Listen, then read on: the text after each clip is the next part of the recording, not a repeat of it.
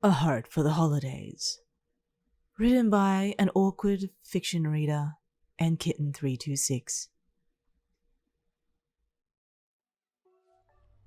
It was a snowy winter morning. You sat by the windowsill watching the small snowflakes dance in the cold winter's air, a few landing on your window occasionally and melting from the heat radiating through the glass. You sighed, holding your mug of hot chocolate, staring at the marshmallows floating on the surface of the comforting beverage, and cuddling into your fuzzy blanket. You missed him. He was all you could think of at this moment. You longed for him to be with you through the winter's storm, cuddling with you near the warm blazing flames of the fire, holding you close. You sighed once again and took a sip from your mug, relishing the sweetness. The heavy snowfall and increasing drop in temperature had caused you to snuggle deeper into your fuzzy blanket that smelled faintly of him. You found yourself starting to slowly melt into your thoughts, the main one being a certain positive, shark-toothed redhead who had gone to go visit some friends for the holidays. You grumbled, a bit impatient, as your last conversation between the two of you echoed in your mind. So, I'm gonna go see them for a bit, alright? Kirishima said with a shining smile. Oh, are you sure? I mean, this will be our first time apart for the holidays. I'm a little nervous, you remembered saying. Kirishima's expression shifted, putting a finger to his chin in thought before he perked up. Tell you what, I'll go spend time with the guys, come back, and then we can go have a date the following Saturday. Sound good? You started to wonder where he was, if he was having fun without you. You immediately shook your head of those thoughts. No, he's probably just hanging out with Kaminari, Sero, Bakugo, and the others, doing one thing or another. Right? You sighed as you stood up, not even minding to unwrap yourself from the blanket as you absent-mindedly set your now empty mug of cocoa on the edge of the counter in your dorm. You silently returned back to your spot on your small couch. Your mind suddenly drifted off, back to the conversation you had with him once again. Yeah, just come back soon, okay? I love you too much, and I hate it when you're away, you had said, wrapping your arms around him, bringing Kirishima into a hug. You nuzzled into him. You remembered his quiet response with a whisper. I know. I'll be back soon. You flinched as the words rang in your ears. Aww, why do you have to be so goddamn cute, Kiri? You sighed, sitting on the couch. You resumed, staring at the blazing flames in the fireplace, the sparks flying and fizzling out.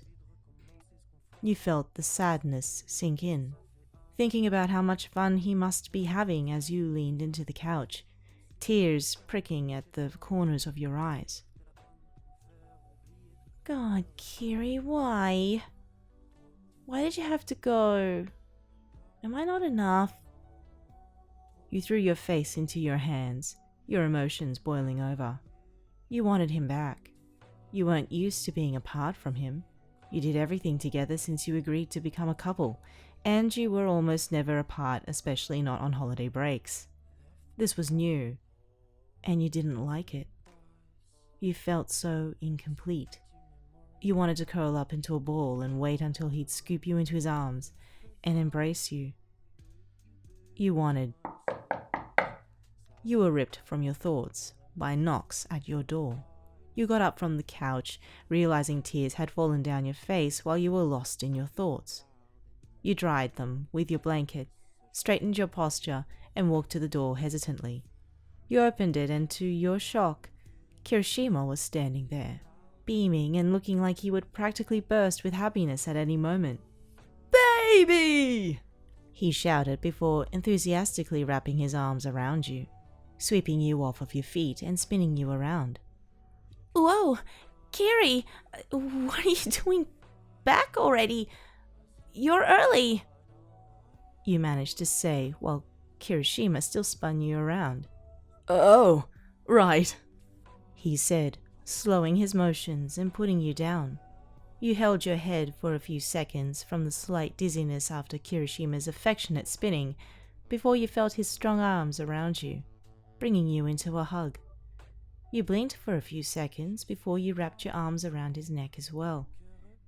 You felt your heart beat with joy as you savored the feelings of being in his arms once again. When you both finally pulled apart, you could see the happiness in his eyes. He was so sweet and tender, content, and nothing but love radiated from him. Sorry I'm early.